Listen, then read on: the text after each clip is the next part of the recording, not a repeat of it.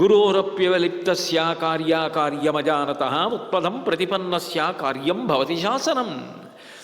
ఎంత గొప్పవాడైనా కావచ్చు తండ్రి, నువ్వు తండ్రి దైవం దైవం దైవం అందుకని ఆయన మాట కాదనకూడదు అని 10 మాటలు అంటున్నావు.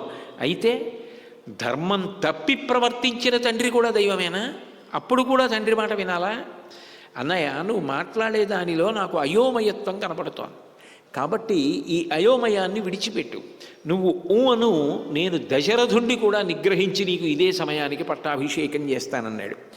ఎప్పుడైతే పక్కన ఉన్నటువంటి లక్ష్మణస్వామి ఇంత ఆగ్రహాన్ని పొంది రాముడు పాటిద్దాము అనుకున్న ధర్మానికి ఒక కొత్త కోణాన్ని చూపించి అది చేతకానితనంలా కనపడుతోంది అన్న ఒక మారాకు తొడిగాడో, కౌసల్యాదేవికి ఒక ధైర్యం వచ్చింది.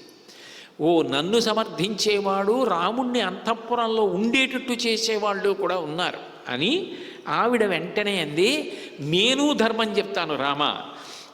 యథైవ రాజా పూజ్యస్తే గౌరవేణ తథాహ్యహం త్వాం నహమనుజానామి నగంతవ్యమితోవనం. నువ్వేమంటున్నావు? తండ్రి దైవం తండ్రి దైవం, తండ్రి మాట కాదనకూడదంటున్నావు. మంచిది. తల్లి దైవం కాదు అని చెప్పిందా శాస్త్రం? తల్లి కూడా దైవమే అని చెప్పింది కదా.